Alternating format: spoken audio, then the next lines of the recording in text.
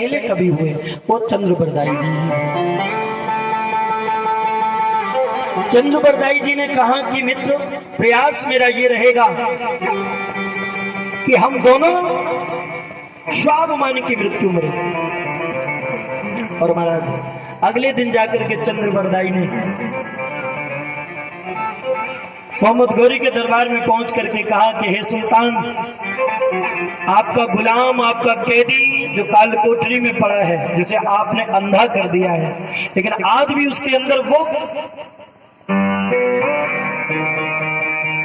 शक्ति है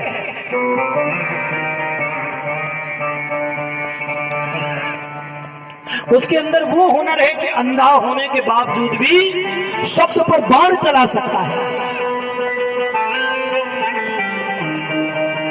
तो मोहम्मद गौरी को ये बात हास्यप्रद लगी। बोले बरदाई, मुझे विश्वास नहीं होता है कि एक अंधा व्यक्ति शब्द पर बाण चलाए, अचूक निशाना लगाए। बोले सुल्तान, वो तो आपका कैदी है, कुछ दिनों में तिल तिल कर तड़प तड़प करके मर जाएगा। मरने से पहले कम से कम उसकी एक बार उसकी कला का प्रदर्शन तो देख लिया जाए, क्या जाता है। और फिर वो तो अंधा है, जिसके हाथों में हथकड़ियां पड़ी, पैरों में बेड़ियां पड़ी, वो आपका बिगाड़ ही क्या सकता है। तो गौरी को लगा बात तो ठीक है, क्यों ना इसकी कला का प्रदर्शन देखा जाए, प्रदर्शन किया जाए। तो महाराज पूरी सभा को बुलाया और एक ऊंचे से सिंहासन पर बैठा और उसने 4 बांसों की ऊंचाई पर घड़ियाल टंगवाए। घड़ियाल समझते हैं, जो पूजा में बजाए जाते हैं। हाँ, बोले बरदाई, मैं मान जाऊंगा कि पृथ्वीराज चौहान शब्द वेदी बाण चलाता है। अगर इन घड़ियालों में एक ही बाण से वो छेद कर दे, मैं इन घड़ियालों को बजाऊंगा। अगर इनके शब्द पर, इन घड़ियालों पर वो बाण चला करके इनको भेद देगा, हो सकता है मैं उसकी कला से प्रसन्न होकर के उसे एक बार जीवन दान दे दूं। बरदाई ने कहा, महाराज वो तो बात की बात है, पहले एक बार उनकी कला का प्रदर्शन हो। और महाराज दरबार सजा, शाही दरबार, ऊंचे से मचान पर वो सुल्तान बैठा, गजनी का पूरा दरबार भरा हुआ है कि आज हमारे जापनाह का कैदी अपनी अद्भुत कला का प्रदर्शन करेगा। और महाराज जब पृथ्वीराज चौहान, जिनके पैरों में बेड़ियां पड़ी हैं, हाथों में हथकड़ियां, उस सभागार में लाया गया, तो पास में जाकर के चंद्रबरदाई ने बस एक ही बात की कि सम्राट, एक अंतिम मौका है ये अपने पास, चाहो तो अपने शत्रु को मार करके अपने अपमान का बदला ले सकते हो और वीरों की मौत मर सकते हो। अगर चौहान साहब ये मौका चूक गया ना, तो तड़पने के अलावा कुछ हाथ नहीं आएगा। इसलिए मेरी बात को बड़े गौर से सुनना। मैं एक छंद पढ़ूंगा और मुझे पता है कि मैं हिंदी का कवि हूं और आप हिंदी के ज्ञाता हो, और इसे हिंदी का ज्ञान नहीं है, ये नहीं समझ पाएगा। इसलिए मेरी बात को आपको समझना है। हाँ, ये बात सिर्फ मैं आपको समझा रहा हूं, दुनिया को नहीं। क्योंकि महाराज निशाना यहाँ घड़ियाल नहीं, निशाना यहाँ गौरी होगा। हाँ, ध्यान से सुनना। तो महाराज पृथ्वीराज चौहान के हाथ में धनुष दिया गया, धनुष बाण दिया गया। तो बरदाई ने गौरी से कहा कि सुल्तान, हाथों में हथकड़ियां पड़ी हैं, भला ये कैसे बाण चलाएगा, एक बार हथकड़ियां खोल दो, बेड़ियां पड़ी रही। तुम्हारा जैसी हथकड़ियां खोली गई, लोग तालियां बजा रहे हैं। तो चंद्रबरदाई ने कहा कि सम्राट ध्यान से सुनना। 4 बांस 24 गदे और अंगुल अस्ति प्रमाणी,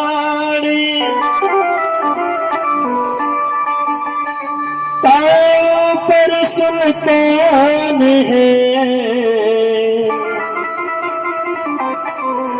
अजमत चूके चौहान। कह दिया 4 बांस 24 गज अंगुल अष्ट प्रमाण।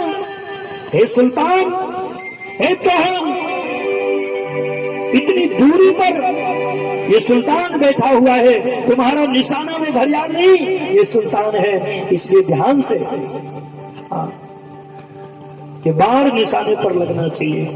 और महाराज चंद्रबरदाई ने मोहम्मद गौरी से कहा कि जापना, ये आपका कैदी है और जब कोई कला का प्रदर्शन करता है तो उसका हौसला बढ़ाने के लिए थोड़ा कुछ बोलिए, अपने कैदी का साहस बढ़ाइए। क्योंकि ये बात चंद्रबरदाई को पता थी कि अगर ये बोलेगा तो चौहान साहब शब्द पर बाण चला देंगे। तो जैसे गौरी चिल्लाया और जो उसने अट्ठास किया, चौहान दिखा अपनी कला, मैं भी देखूंगी कि कैसा बाण चलाता है। और महाराज जैसे वो सुल्तान चिल्लाया, एकदम से चौहान साहब ने कानों तक प्रतिज्ञा खींची और चढ़ाया धनुष पर बाण।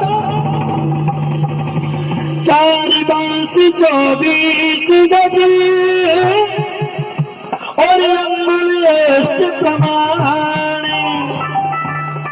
ताऊ पर सुल्तान है। और एकदम से जो इतना कहा, कानों तक प्रतिज्ञा खींच करके जो बाण चढ़ाया, महाराज जाकर के सीधा उस गौरी के सीने में अरे एकदम सिंहासन से नीचे गिरा।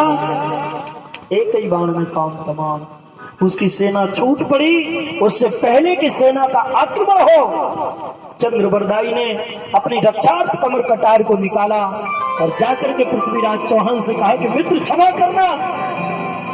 पहले पृथ्वीराज चौहान को उस कटार से मार दिया, बाद में स्वयं आत्महत्या करके चंद्रबरदाई दोनों महावीर उसी गजनी की धरती पर शहीद हो गए। द्वारकाधीश भगवान की मोहम्मद गौरी को भी खत्म कर दिया और आप भी स्वाभिमान से वीर गति को प्राप्त हुए। महाराज देखो, इतने महान योद्धा थे पृथ्वीराज चौहान, लेकिन ऐसा क्यों हुआ? क्योंकि ये विधि का विधान है। मनुष्य जैसे कर्म करता है उसे उस फल का जरूर भुगतान करना पड़ता है। क्योंकि पृथ्वीराज चौहान ने दिल्ली का शासन छल से लिया था, विश्वासघात से लिया था, तो वो राज विश्वासघात में ही चला गया। गौरी ने पत्र लिख करके मित्र का आश्वासन, मित्रता का आश्वासन देकर के विश्वासघात किया, तो जैसे वो राज विश्वासघात में लिया था अपने नाना से छल में, उसी तरह से वो छल से चला गया। और महाराज उस दिन के बाद हम लोग ऐसे गुलाम हुए, ऐसे गुलाम हुए, फिर हमारे देश में कभी कोई हिंदू राजा नहीं दिल्ली पर बैठा। और वो जाकर के 1947 में हम लोग पुनः आजाद हुए और हम लोग स्वतंत्र हुए। तो हमारे पास गुलामी पृथ्वीराज चौहान के बाद ही आ गई थी। उसके बाद हम लोग 1947 में जाकर के स्वतंत्र हुए। प्रेम से बड़ी गोविंद भगवान की जय हो। तो महाराज ये कथा हमने क्यों सुनाई? इसीलिए सुनाई कि जो अपनों के साथ में दगा करते हैं, वो चाहे कितने बड़े बलशाली हो, कितने बड़े महान योद्धा हो, कितने भी गौरवशाली हो।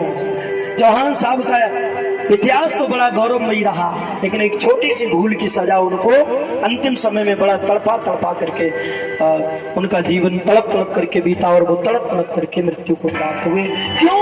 क्योंकि उन्होंने अपने नाना का विश्वास तोड़ा, अपने नाना के साथ विश्वास किया। तो इस कथा से यही शिक्षा मिलती है कि चाहे कुछ भी है, कभी अपनों के साथ में महाराज दगा मत करना, जितना हो सके अच्छा करो। क्योंकि एक मैंने भजन सुना था कि बुराई कर बुरा होगा, भलाई कर भला होगा। भले आप दुनिया से छिप करके कुछ भी काम करो, लेकिन हम और हमारा परमात्मा सब जानता है।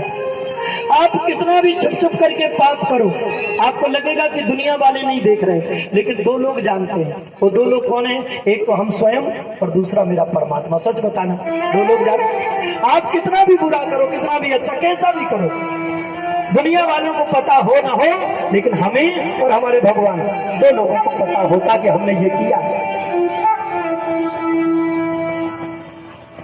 बुराई कर बुरा होगा, भलाई कर भला होगा। कोई देखे या ना देखे, खुदा को देखता होगा। देखे या ना देखे, खुदा ही देखता होगा।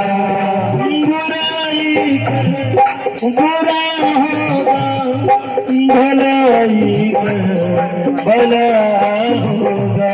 होगा। बुराई कर बुरा होगा, भलाई कर भला होगा। कोई देखे या ना देखे, खुदा तो देखता होगा। कोई देखे या ना देखे, खुदा को देखता होगा। कोई देखे या ना देखे, खुदा तो देखता होगा। कोई देखे या ना देखे, खुदा को देखता होगा। बुराई कर बुरा होगा, भलाई कर भला होगा। कोई देखे या न देखे, खुदा तो देखेगा। एक जगह महाराज एक मुल्ला जी थे, मौलवी साहब, तो एक तालाब में स्नान करने जाते, और तालाब में जब स्नान करते तो जब डुब्बी मारते नीचे तो 2-4 घूंट पानी पी जाते, और बाहर निकलते तो कहते मैं जो करता वो खुदा भी नहीं जानता। अब पानी में नीचे जाकर के पानी पीते, अब वो कौन जाने। तो जैसे डुब्बी मारते वहां 2-4 घूंट पानी पी जाते, और जब बाहर निकलते तो सबसे कहते मैं जो करता वो खुदा भी नहीं जानता। तो एक दिन खुदा ने सोच लिया कि मुल्ला जी को दिखाएं कि खुदा क्या नहीं जानता। तो जैसे मुल्ला जी ने नीचे डुब्बी मारी और जो पानी पिया तो एक मछली का बच्चा जो था वो गले में अटक गया। अब जब बाहर निकले तो महाराज सांस जो थी वो रुक गई। उस दिन मुल्ला जी को एहसास हुआ कि मैं जो करता हूँ वो खुदा भी बना जानता है। मैं जो करता हूँ वो खुदा भी जानता है, क्योंकि अगर खुदा ना जानता होता तो ये मुसीबत नहीं आती। तो इसलिए महाराज ऐसा ना करो। आपको लगता है कि मैं जो कर रहा हूँ वो भगवान नहीं देख रहा है, ये आपकी भूल है। भगवान सब जानता है, सब देखता है। और महापुरुषों की कथाएं हम इसीलिए सुनते हैं ताकि हमें ये ज्ञान हो कि बड़े बड़े राजा महाराजा इस धराधाम पर आए, अगर उन्होंने भी गलत किया तो उनके साथ भी अंत में गलत ही हुआ। तो हमारी आपकी बसात ही क्या है महाराज? हाँ, बच नहीं सकते उसके न्याय से आप। तो उनका वंश आगे बढ़ा और अनंतपाल जी के ही वंश में अमजी, कमरपाल, आखेराज, भीमराज, जोगराज और महाराज रणसी जी महाराज। ये रणसी जी कौन है? ये रणसी जी बाबा रामदेव जी के दादाजी हैं। हाँ, बाबा रामदेव जी के बाबा। तो भगवान की कथा सुने उससे पहले बाबा रामदेव जी के दादाजी की भी कथा सुने, क्योंकि महाराज आज हमारे समाज में, आपके यहाँ, हमारे यहाँ जो परिवार रूपी वृक्ष लहला रहा है, इसकी जड़ें हमारे पूर्वज हैं। क्या है? इसकी जड़ें हमारे पूर्वज हैं। तो अगर हम अपने पूर्वजों की गाथा गाते रहेंगे, उनका सम्मान करते रहेंगे, जड़ों में पानी डालते रहेंगे, जड़ें मजबूत रहेंगी तो वृक्ष सदैव आबाद रहेगा। इसलिए हमें अपने पितरों का कर्तव्य कभी नहीं भूलना चाहिए। और श्राद्ध पक्ष में महाराज चाहे 100 काम छूट जाए, लेकिन पितरों की पूजा जरूर करनी चाहिए, क्योंकि अगर जड़ों में पानी डालते रहोगे तो वृक्ष हमेशा हरा भरा रहेगा। इसलिए पूर्वजों को और अपने पितरों को जरूर पूजना चाहिए। जो लोग अपने पितरों को नहीं पूजते हैं तो महाराज उनके घर में कभी भी संसारिक सुख और समृद्धि हाँ उससे वो दूर रहते हैं। इसलिए पितरों का हाँ जरूर पूजन करना चाहिए। अगर साल भर ना कर सको तो महाराज साल में जो 15 दिन आते हो उन 15 दिनों में तो कम से कम उन्हें जल्दी किया करो, इतना तो कर ही सकते हो, है ना। और जल में कोई पैसे नहीं लगते हैं, ना ब्राह्मण जिमा सको, ना कन्याएं जिमा सको, ना मान मंत्रा जिमा सको, तो कम से कम सुबह उठ करके उनके नाम का उनका नाम लेकर के कि भैया जो भी हमारे पूर्वज रहे हैं जाने अनजाने में, है ना, तो मैं उनको अपने हाथों से जल अर्पण करूं। इतना तो कर सकते हैं। और इतना करते रहोगे महाराज तो सदैव आनंद, क्योंकि जो पितर आपके स्वर्ग में बैठे हुए वो आशीर्वाद देते हैं, उनको भी प्रसन्नता होती है कि हमारा कुल आज फल फूल रहा है ना। तो इसलिए पितरों को कभी नहीं भूलना चाहिए। प्रेम से बोलो गोविंद भगवान की जय हो। बाबा रामदेव जी महाराज के जो दादाजी थे रणसी जी, जयपुर से जब आप अजमेर के लिए चलेंगे नेशनल हाईवे पर, तो आपको अजमेर पहुंचने से पहले 2 गांव मिलेंगे, दुदू और नरेना। ये दोनों गांव बाबा रामदेव जी के दादाजी रणसी जी ने बसाए थे। आप अगर कभी जाएं जयपुर से जब अजमेर के लिए चलेंगे नेशनल हाईवे पर, तो आपको 2 गांव मिलेंगे भरत भैया, दुदू और नरेना। और दोनों जगह मंदिर बने हुए हैं, ऐसा नहीं है बिना प्रमाण के यहाँ कुछ नहीं होता है। हाँ, मैंने फिर आपसे वही निवेदन कि मजा भले ही ना आए लेकिन जानकारी आपको शुद्ध मिलेगी और प्रमाणित मिलेगी। तो महाराज जब आप जाएंगे तो वहां पर नरेना में रणसी जी का मंदिर बना हुआ है। आप गूगल पर भी ये जानकारी ले सकते हैं। रणसी जी का नरेना गांव में मंदिर है। और दुदू गांव में एक भक्त हुए थे दलित समाज के, जो रणसी जी के मित्र थे खीवड़ जी महाराज, उनका मंदिर है। हाँ, तो संक्षिप्त में थोड़ी इनकी कथा सुन ले और इसके बाद अजमाल जी की कथा हम आप लोगों को सुनाएंगे। और देखो कल की जो कथा है, कल बाबा का जन्मोत्सव करवाएंगे, तो उसमें हम पालना सजवाएंगे। आपको तैयारी करनी है थोड़ा, इस पंडाल में कोई गुब्बारे वगैरह है ना, कोई लड़ियां हैं, है ना, तो वो इत्यादि इसको सजाएंगे। और कल जो भी माताएं हैं, अगर आपके घर में दूध घी होता है तो खीर बना करके लाएं, चूरमा बना करके लाएं, हलवा बना करके लाएं, है ना। जिस तरह से जब कन्हैया जी का जन्म होता है तो माखन मिश्री का भोग लगता है, इसी तरह से जब हमारे बाबा रामदेव जी का जन्म होता है तो चूरमे का भोग लगता है, क्योंकि मेरे बाबा को चूरमा बहुत प्रिय रहा है। तो अपने घरों से प्रसादी बना करके लाएं। बाकी हमारे जो कमेटी के कार्यकर्ता वो तो व्यवस्था करेंगे। और मेरा प्रयास रहेगा कि कल हम लोग बड़े धूमधाम से बाबा का जन्मोत्सव मनाएं, है ना। और 30 तारीख को देखते हैं कहाँ तक पहुँचते हैं। हाँ, लेकिन एक मुझे खेद रहेगा कि मैं पूरी कथा आप सबको नहीं सुना पाऊंगा, अब समय का अभाव है। और हमारी जो कथा का क्रम है, क्योंकि चौथे दिन ही हम बाबा का जन्म करवाते हैं 9 दिन के क्रम में, तो कल चौथा दिन है, तो कल जन्म होगा। उसके बाद जितने भी पर्चे हो जाएंगे बाबा के, वो मैं प्रयास करूंगा 30 तारीख को सुनाने का, जहां तक बाबा पहुंचा दे।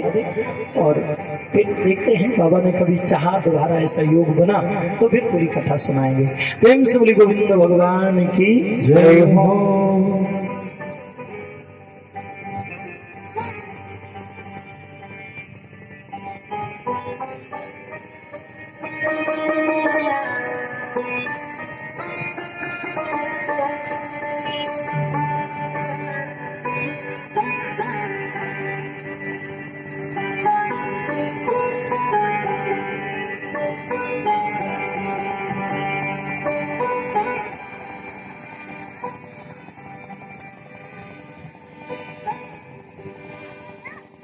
बोलिए श्री रामदेव जी महाराज की जय हो। हर चालो जी चालो, चालो रामदेव रे, बाबा रामदेव रे दरबार।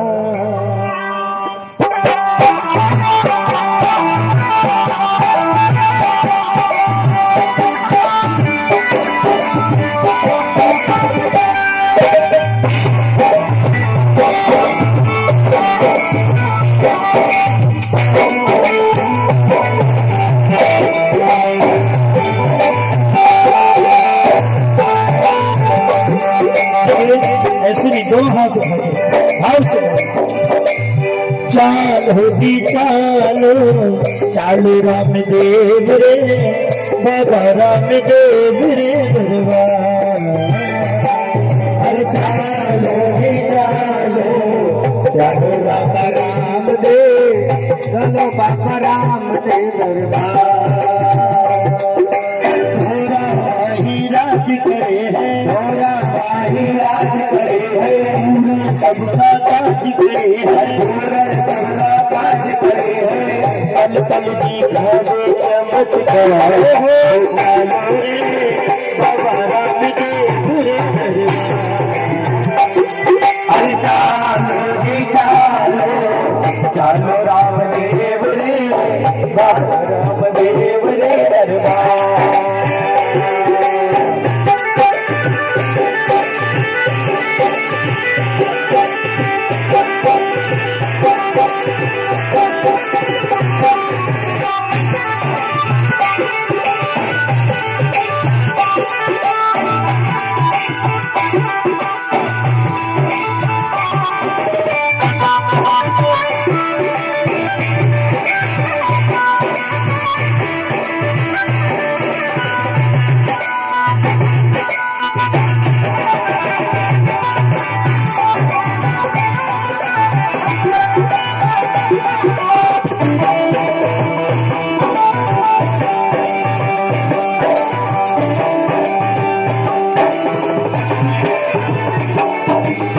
कमर कंस में चमका तारो, धरो उधार कियो, उद्धार कियो, उद्धार कियो।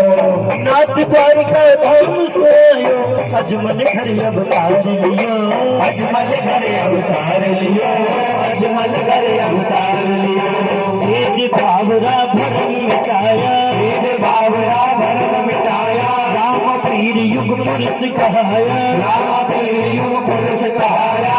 परिचारो लागो है भंडा, उचारो रे रामदेव रे दरबार।